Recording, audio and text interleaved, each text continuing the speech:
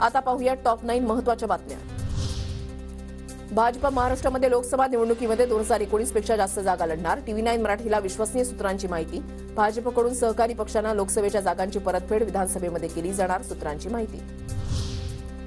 दिल्लीमध्ये झालेल्या कालच्या बैठकीमध्ये मवियाच्या जागावाटपाचा फॉर्म्युला ठरला। मवियामध्ये केवळ 2-3 जागांबाबत अद्याप एकमत नाही।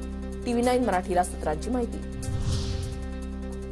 वंचित बहुजन आघाडीचे प्रमुख प्रकाश आंबेडकर इंडिया आघाडीमध्ये सामील होणार। महाराष्ट्र काँग्रेस प्रभारी रमेश चेन्नीथला यांची माहिती। गडचिरोलीमध्ये होणाऱ्या मोहफुलापासून दारू निर्मितीचा कारखाना चंद्रपूरमध्ये न्या।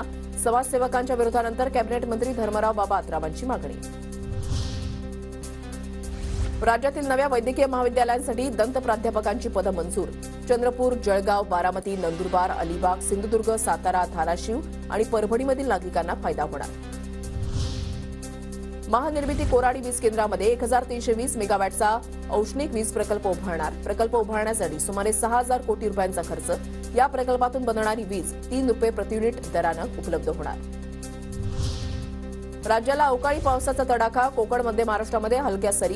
शेतकरी चिंतेत। नुकसानीच्या भीतीनं बागायतदारांसमोरही संकट।